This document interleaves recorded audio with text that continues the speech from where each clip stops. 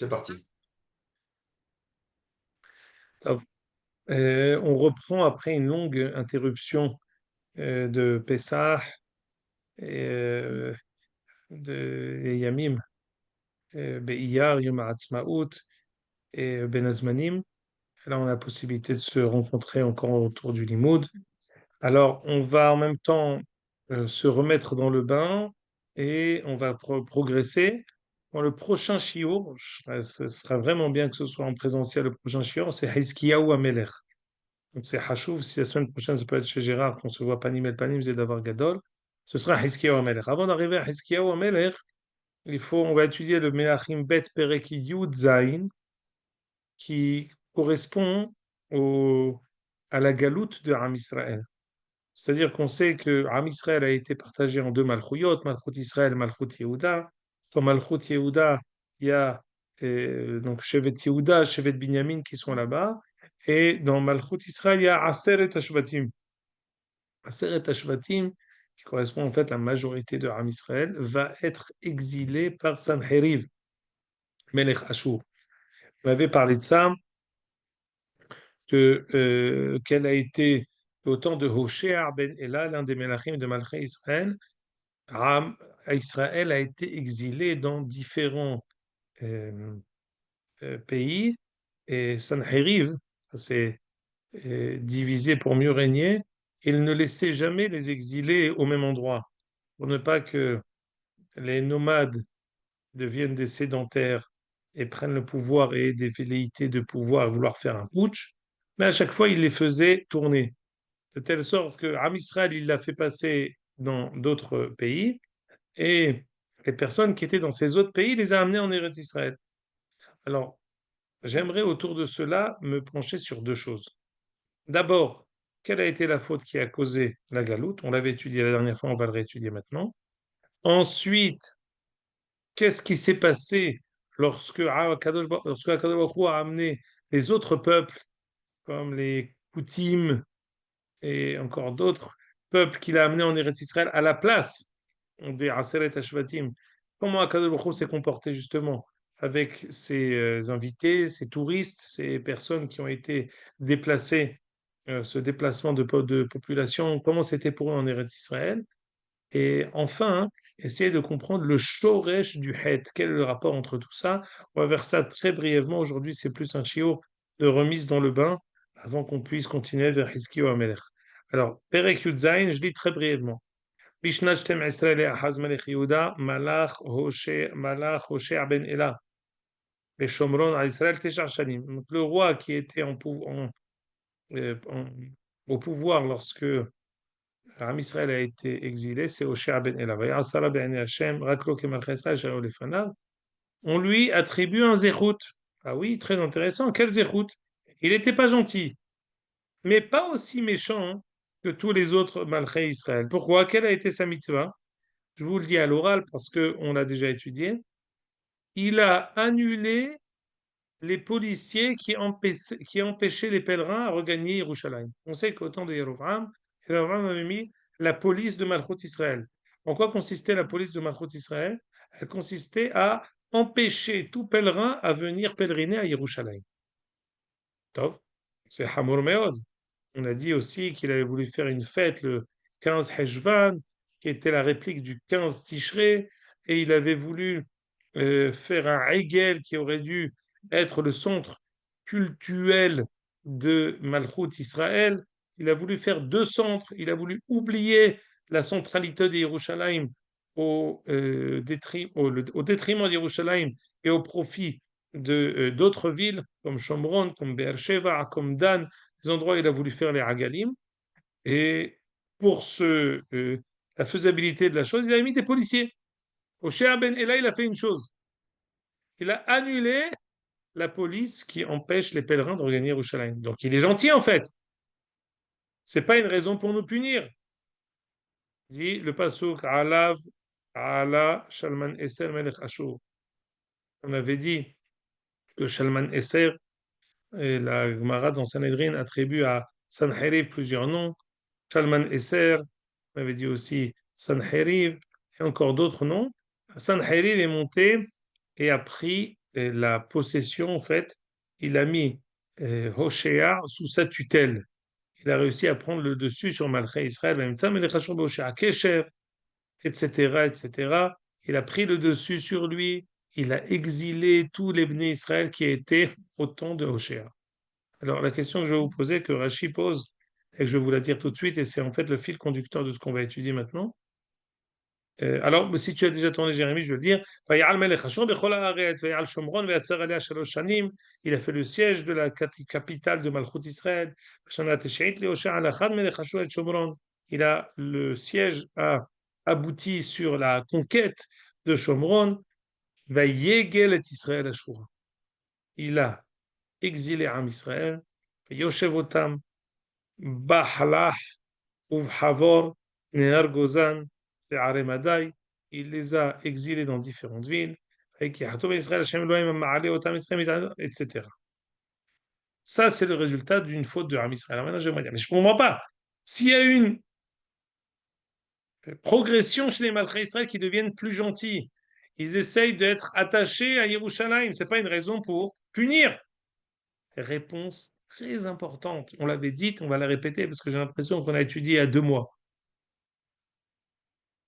Jusqu'à présent, Am Israël, quand ils ne montaient pas à Yerushalayim, c'était la faute du roi. Ils étaient, comme si on disait, étaient Anous al-Pi Adipour. C'est pas de leur faute. Moi, je veux venir à Jérusalem et tu me laisses pas. Voilà. Anous al-Pi Adipour, je ne peux pas me m'ériger contre les forces publiques.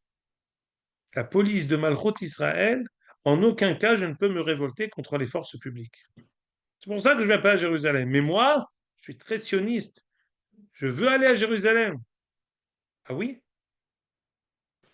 Hoshea va annuler la police. On va vous voir maintenant. Est-ce que tous les Toshavim de Malchut Israël vont monter à Jérusalem? Personne n'est monté. La faute est devenue Haptat Akahalhu. Une faute qui était particulière, qu'on aurait pu attribuer que à une personne, le roi, est devenue maintenant Nahalat Aklal. Quand une faute devient Haptat Akahal, la punition est à la hauteur de la faute. Ça devient comme une normalité, ça devient comme une règle, comme une loi, comme une mouscamote de la Hevra, comme une normalité de société. Ça commence à devenir une Hevra, une société qui est mauvaise. La seule manière de pouvoir la réparer, c'est de tout détacher et de recommencer. Quand? Peut-être dans 70 ans, peut-être dans 88 ans. Mais la, on va dire, la dynamique de la cohésion, elle est destructrice. Et on avait enchaîné sur ça la dernière fois. D'où, je vous donne un indice. Vous pouvez ne pas être d'accord dans votre réflexion, mais vous devez être d'accord dans la marshava. Peut-être qu'on ne comprend pas jusqu'au bout l'ampleur de ce que je dis, mais c'est une marshava nechona et amitit comme ce que j'en ai en train d'essayer d'énoncer. L'entêtement des partis religieux de refuser que la Médina soit Mehalelet Shabbat, de refuser que la Médina donne la légitimité à des mariages non religieux, de donner une légitimité à des mariages qui sont Mishkav Zachour et toute autre relation qui sont interdites et proscrites par la Torah. Chacun qui veut faire ce qu'il veut, le yesod de Avodat Hashem, le socle, l'une des bases les plus fortes du service de la Kadosh Baruch Hu, c'est le libre arbitre. Chacun est libre de faire ce qu'il veut. Sinon, il n'y a pas de Avodat Hashem, sinon on ne peut pas servir à Kadosh Baruch Hu. Donc ça, c'est sûr. Dans les Arba'a Kirot, dans les 4 murs d'une maison, jamais personne n'ira te chercher pour la simple et bonne raison que la base de la foi, c'est Behira Hofshit, le libre arbitre. Malgré tout, nous avons une responsabilité morale en tant que peuple de comprendre, de percevoir, de faire en sorte que Am Israël, qui revient après 2000 ans de galoute, puisse garder les samémanim, en tout cas, euh, les signes extérieurs qui font de lui un peuple juif, comme le Shabbat, comme la cacheroute, c'est la Rabbanout Arachit l'Israël qui régit ce moussag, cette notion qui s'appelle qu'est-ce qui est kasher et pas kasher. Qui est juif? C'est la Rabbanout Arachit l'Israël, le grand rabbinat d'Israël qui détermine qui est juif. Le fait que la Médina en tant que telle, elle est Shomeret Shabbat, que le Yihus, l'affiliation de chacun est centralisée par Rabbanut Arachit et Israël, c'est quelque chose de capital.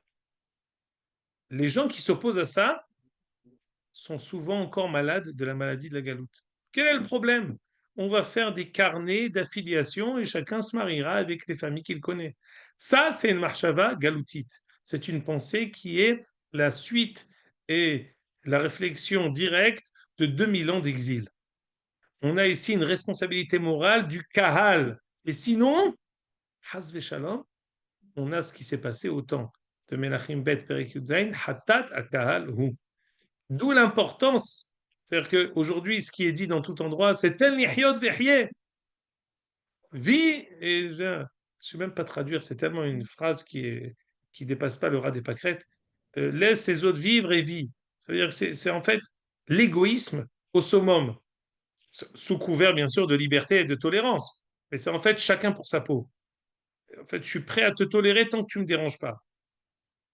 Kenegedze, contre ça, tu as une marshava qui est responsabilité collective, responsabilité d'un peuple, aspiration d'un peuple, une vision du Yahid pour le Rabbim, le particulier qui est prêt à se sacrifier pour la collectivité. Toutes ces notions que nous vivons tous les jours, même si parfois la Neshama, elle est bien plus forte que ce qu'on raconte.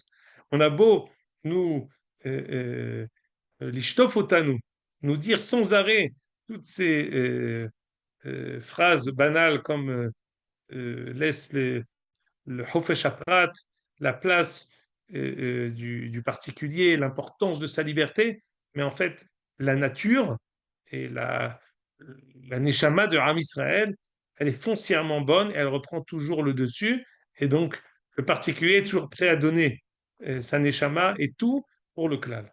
Et donc, l'une des illustrations de justement du théorème que je vous ai ici cité, l'importance de, du kahal, l'importance des normes, des lois, on va dire la parésia de la Médina, on va dire les signes extérieurs, qu'est-ce qui est fait dans dans la Médina en tant que Médina, il y a à cela une importance capitale. C'est pas seulement une erreur, c'est pas seulement un statu quo, c'est pas non, c'est une volonté profonde d'arriver au fait que la Médina, elle a un caractère juif, Médina yéhoudite démocratique, un État juif qui est démocratique et pas seulement démocratique où chacun pour sa peau. L'illustration, c'est justement ce Hatat Akal. Osher Ben Ella qui était, il a eu un élan positif. Oui, mais à ce moment-là, tu as Gilita Kelonam Shel Israël, tu as montré la honte de tout Am Israël à travers cet acte tout à fait noble que tu as fait. Tu as montré le Kalon, la honte de Am Israël qui ne sont plus du tout attachés à Yerushalayim. Adkan Nekuda Rishona. Si quelqu'un veut intervenir, je l'invite à intervenir. Après, on continue tout de suite. C'est Bergamo.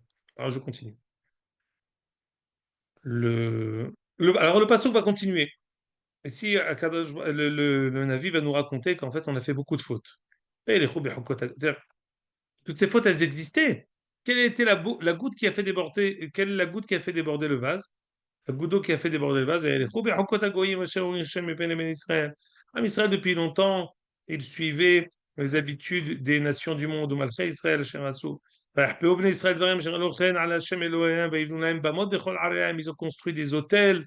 Ils faisaient avodah zara dans chaque endroit. Il y avait des hôtels de avodah zara dans chaque endroit, sous chaque arbre, dans chaque plaine, dans chaque montagne. Ils faisaient la avodah zara comme tous les goïms qui étaient autour d'eux. Ils étaient même arrivés au moment à un point de faire des choses qui étaient les khais pour énerver Akadosh Baruch Hu. Vayavdu hagillulim asher amar shalem lo ta'asu et hadavar hazeh. Ils ont servi les avodot zarot, des divinités qu'Akadosh Baruch Hu avait demandé de ne pas servir. Vayad Hashem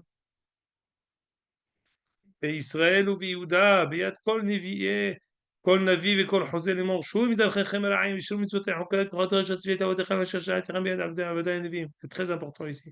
הקדוש ברוך הוא les a prévenus, ויעד השם בישראל וביהודה, ויעד מלשון עדות, il les a prévenus, il leur a dit arrêtez, il les a prévenus, en עונשים אלא אם כן מזהירים, on ne punit que si on a prévenu auparavant. Et il leur avait envoyé des Nevi'im, le Midrash dit, tous les jours des Nevi'im, Shacharit ve'Arvit, matin et soir, pendant 90 ans. Regardez comment Akadosh Baruch Hu ne désespère jamais de son peuple. Yad Hashem, Beyad Kol Nevi'im, ou Beyad Kol Hoseh, il les a prévenus, pas un an, pas 2 ans, pas une fois par semaine, matin et soir, pendant 90 ans pour les prévenir. Shuvu midarchechem ara'im, faites teshuva. Non, ils n'ont pas écouté. Ils n'ont pas écouté. Ils ont endurci leur nuque. Ils ont dénigré les préceptes, les lois, l'alliance que leur avait donnée. Hevel, ils sont partis avec toutes les choses qui étaient futiles. Ils sont allés avec les goïms. Ils ont fait 2 veaux qui étaient des avodot zarot à Beth-El et à Bédan. Et kol mitzvot Hashem Elohem. Ils ont fait aussi le maasé de Molech, de faire passer les enfants dans le feu. Toutes les sciences occultes étaient menat helkam, ce que fait Israël pratiquer. C'est gravement énervé et mis en colère contre Israël. Il les a exilés. L'onish arak Shevet Yehuda Levado. Le seul qui est resté, c'est Shevet Yehuda. Ici, on ne fait pas cas de Binyamin, mais lui aussi, il fait partie de ceux qui étaient dans le Halek de Yehuda. Comme Yehuda, il dit, note de la rédaction, comme Yehuda, le Shama, Nitzot Hashem Lohem Velechot Bechokot Israël Sherasu. Yehuda aussi n'était pas très intègre. Mais finalement, les seuls qui ont été exilé, c'est Malchut Israël qui karash Israël, mais Albet David, pourquoi tout ça s'est passé? En fait, le Shoresh, le Makor, la source de tout cet exil, il commence au temps où il y a eu le schisme, la séparation de Malchut Israël. De Shlomo Ameler sont sortis 2 rois. Au lieu qu'il y ait un roi, Rehavram ben Shlomo, il y a eu 2 rois, Yarovram et Rehavram, les deux qui ont 2 noms qui ressemblent n'ont rien à voir. En français, on dit Jéroboam et Roboam, mais ça n'a rien à voir. C'est pas ni 2 frères, ni 2 sœurs, ni rien du tout. C'est 2 noms totalement différents. Rehavram, c'était la volonté de fils de Shlomo d'élargir la Malchut. Rehavram. Yarovram, c'est plus Yarevram, c'est plus la dispute. C'est celui qui s'est adressé à Shlomo, qui a réprimandé Shlomo devant tout le monde, celui qui vient pour faire une révolte et pousser Am Israël à se révolter contre Kadosh Baruch Hu, et surtout contre Malchut Bet David. Pardon, Vaïdah Yarov'am et Israël me'acharei Hashem. Yarov'am a poussé Am Israël à quitter Hashem, ve'hitiam hata'a gedola. Ils ont suivi les hataim de Yarov'am. עד אשר הסיר השם את ישראל מעל פניו כאשר דיבר ביד כל עבדיו עניים ויגל ישראל מעל אדמתו אשור עד היום הזה. עם ישראל a été exilé jusqu'à aujourd'hui d'Israël vers Ashur. Alors maintenant, une fois qu'ils ont été exilés, Sanherib ne s'est pas contenté de les exiler et de laisser la Eretz Israël déserte. Il y avait Melech Hashur mi Bavel, il a amené de Bavel au Mikuta, de la ville de Kuta ou Me'ava, ומחמת וספרוויים, ויושב בערי שומרון, תחת ישראל, ירשו את שומרון וישבו בעריה. De tous ces pays-là qui étaient apparemment limitrophes de Eretz Israël, Sanherib a fait des transferts de population. Maintenant, écoutez, c'est très important. Vayhi bithilat shivtam sham. Lorsque les Goïms habitaient en Israël, où est Hachem. Ils continuaient à faire Avodah Zarah d'une manière comme ce qu'ils faisaient là où ils étaient en Jordanie, en Syrie, peut-être en Turquie, peut-être en Irak, tous ces pays qui sont tout autour de la frontière nord d'Israël, ils sont venus en Israël maintenant, mais ils continuent à faire ce qu'ils faisaient là où ils habitaient, dans leur pays. Euh, le Natal. mot m'échappe. Pardon? D'origine. Natal. Natal. Voilà, de leur Natal. pays natal, leur pays d'où ils venaient. Qu'est-ce qui s'est passé? Écoutez bien. וישלח השם בהם את האריות והיו הורגים בהם. Le Bokha a envoyé des lions qui les tuaient. Ils sont tournés vers Sanherib et nous ont dit, mais tu nous as fait passer. On ne sait pas quelles sont les règles ici en Eretz Israël. C'est une terre qui est particulière. Écoutez bien cette phrase. C'est une phrase qui est parachat à chaque fois. Vous pourrez dire ça à table le soir de Shabbat. Lo yed'u et mishpat Elohe haaretz. On ne connaît pas les règles du jeu ici en Eretz Israël. Tu vois, mishpat Elohe haaretz. Ils se sont plaints, on est ici, et on est puni. Vas-y, remonte Jérémie, je relis la fin du passo. On est ici, on fait Avodah Zarah, et qu'on fait Avodah Zarah, on est tué. Ils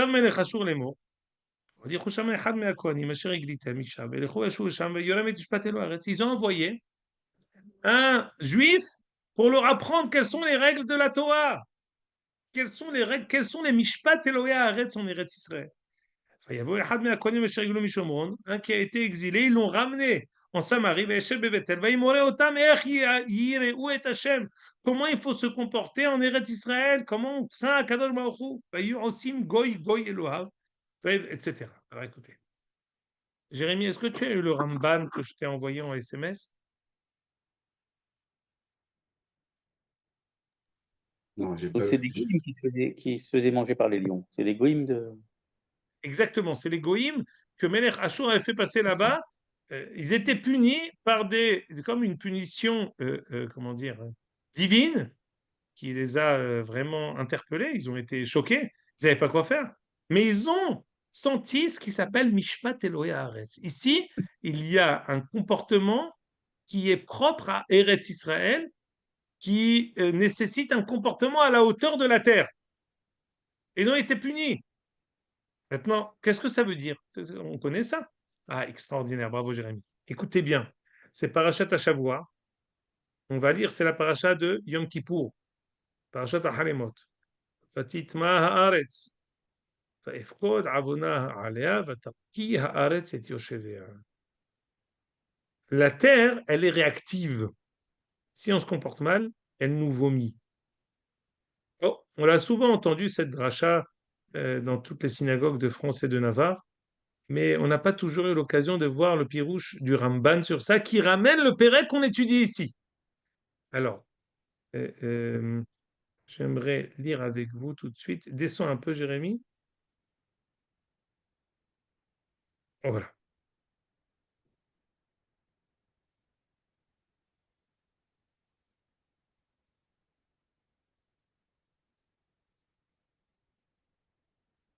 Vehine, monte le premier, pas le deuxième, le premier. Vehine haaretz sheinachalat Hashem. Eretz Israël. Taki kol metameota.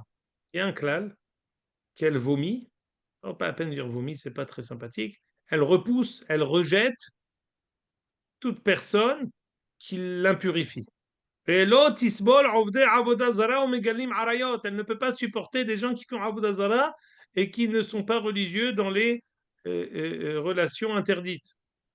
La parasha azot izkira hamolech. La parasha azot izkira hamolech lichlon Avodah Zarah im lichlon harayot.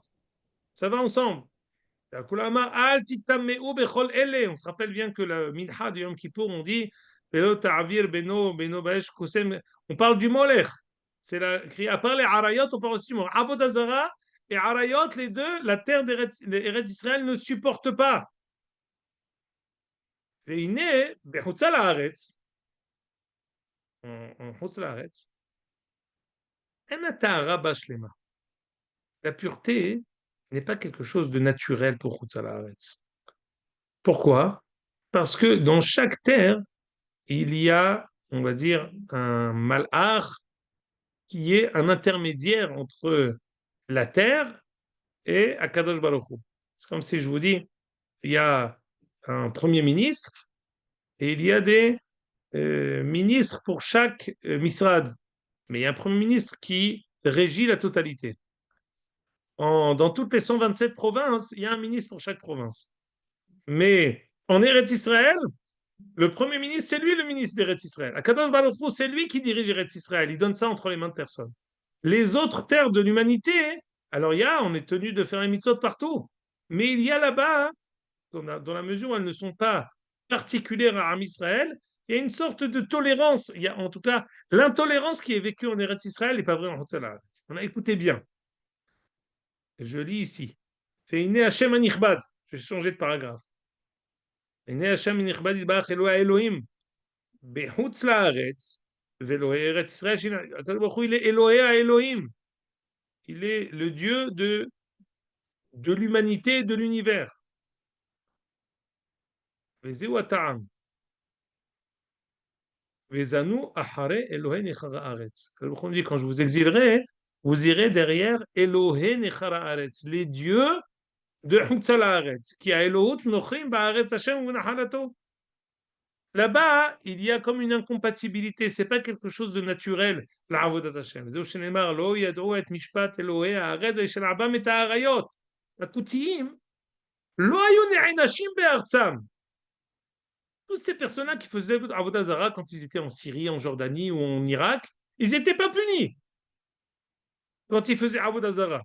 Ou bevoam ba'eretz Hashem ve'asu sham kima'asehem harishonim shalach alehem harayot u'memitimotam. La même chose qu'ils faisaient en Hotzal Haaretz quand ils sont arrivés en Eretz Israël, ils ont été punis et foudroyés immédiatement par des lions. Comment c'est possible une chose pareille? Dit le descend un peu, encore un peu, pardon. Et tout est intéressant, on ne peut pas tout lire. Mais je vais vous lire ici. Descends, descends. Une seconde. Voilà. Une seconde.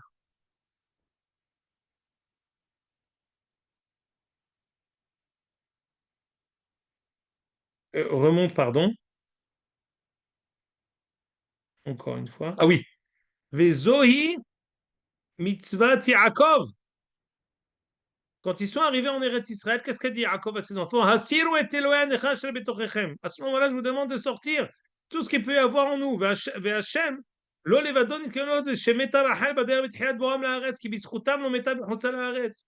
ובזכותו לא ישב בארץ חיים שתי החיות והייתה נישאת בייסור. On connaît tous le hidush du Ramban que la raison pour laquelle Rachel est morte en chemin, parce que les Avot, ils faisaient toute la Torah en Eretz Israël.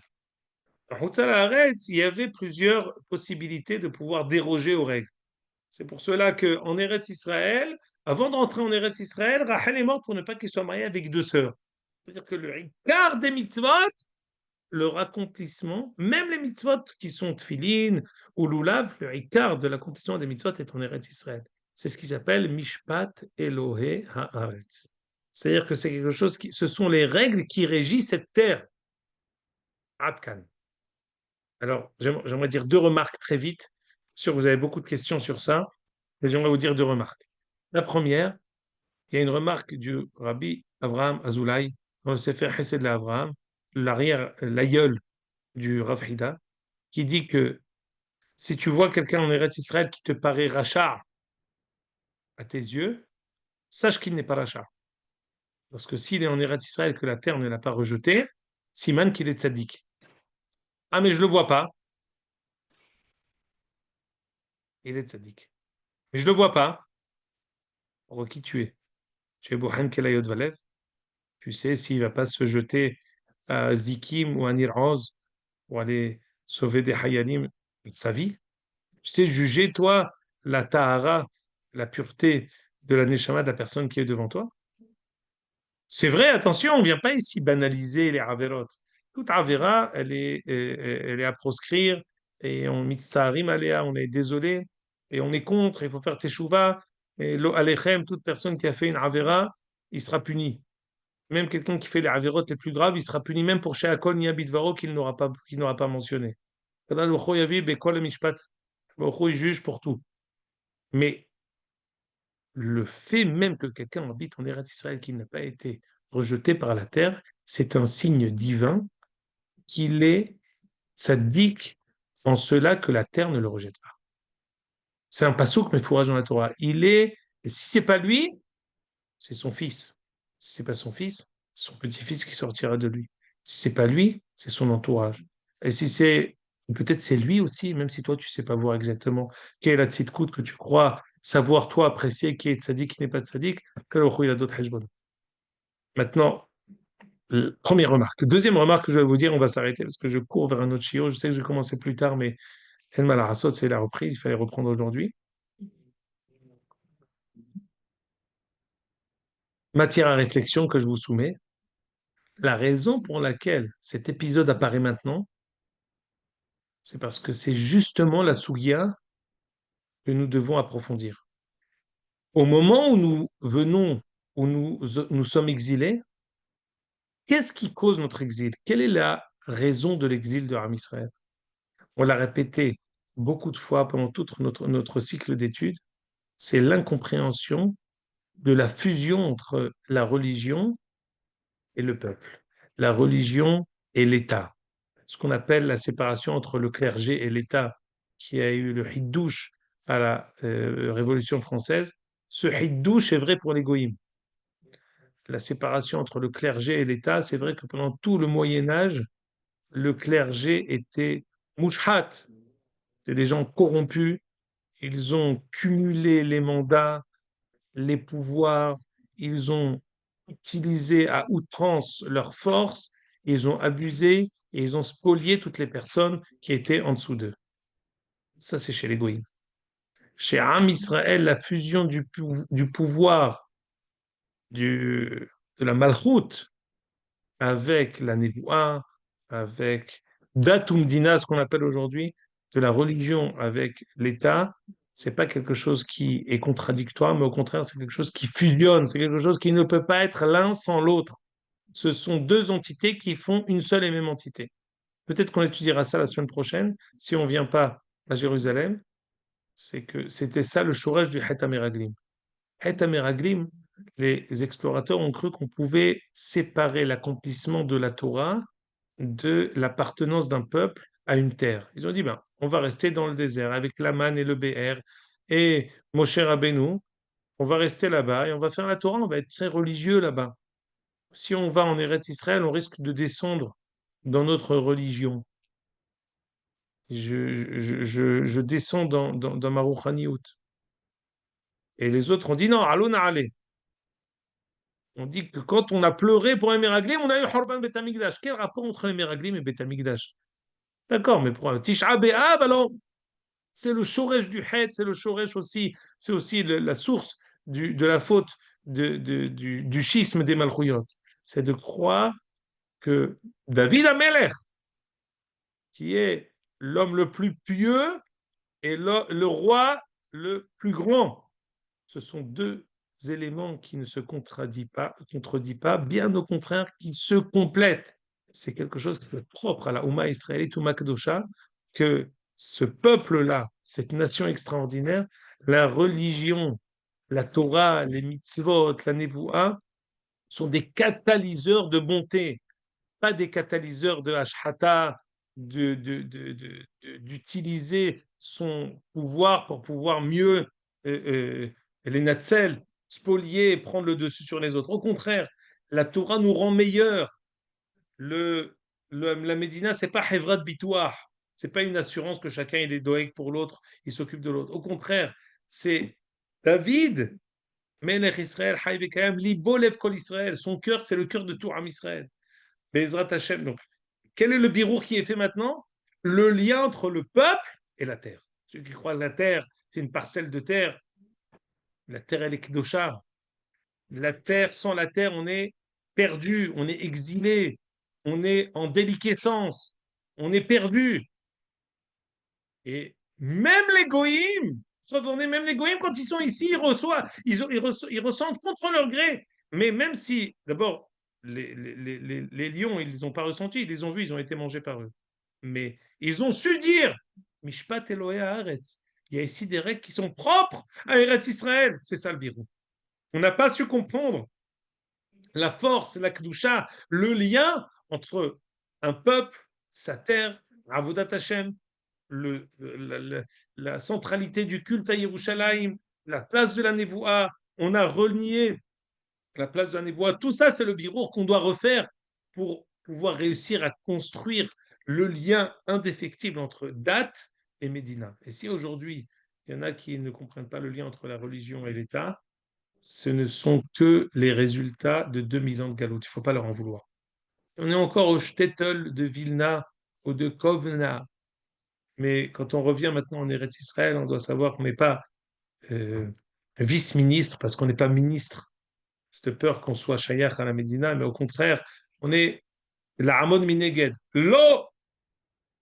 Lo yakum velo yeh. Ou au C'est Mellat un de scoop. Kness, non? Non, juste Mais je pour. crois, je vais te dire une chose. Si Voilà. tu as décidé Meknes, Arié Mahlouf Der'i, Izacher Altov, il est sar.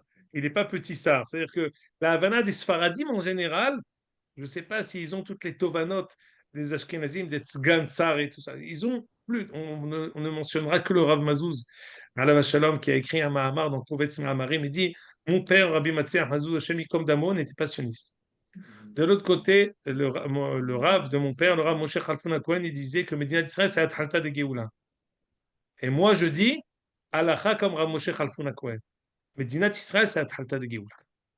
C'est-à-dire que chez les Hachmes Faradim, dans toutes les Dorotes, ils ont vu dans Médina d'Israël le début d'un ta'alich, d'un processus divin. Ramène la Shechina à Tzion. Par contre, chez les Ashkenazim, ça n'a pas toujours été l'unanimité. J'imagine aussi chez les Sfaradim. Donc, c'est peut-être pas juste de faire on va dire, euh, cette halouka, mais pour ne citer que Bi Yosef Msas Alav Shalom, qui était l'un des plus grands sionistes de Hachmei Asfaradim, l'un des plus grands Hachmei Sfaradim, et l'un des plus grands sionistes. D'ailleurs, il y a une question, c'est une guérette qu'on lit tout le temps à Yom HaAtzmaut. Il y a quelqu'un qui lui pose la question, est-ce que je me rase Yom HaAtzmaut, je ne me rase pas? Il lui dit, écoute, c'est baiser à Lachon Kimat. Laisse les Ashkenazim et leurs théories. Ata Sfaradi, Titgaleah, Tismah, Vetomar Alel Beyom HaAtzmaut. Baiser à Lachon Kimat, il lui dit, toi, ne rentre pas dans toutes les théories et trop de hukmologie, tu la hukmologie. Garde ton teva israéli, regarde ton naturel. Tu es heureux. On a eu une Médina. C'est le jour le plus important depuis 2000 ans d'exil. C'est Yom HaAtzmaut.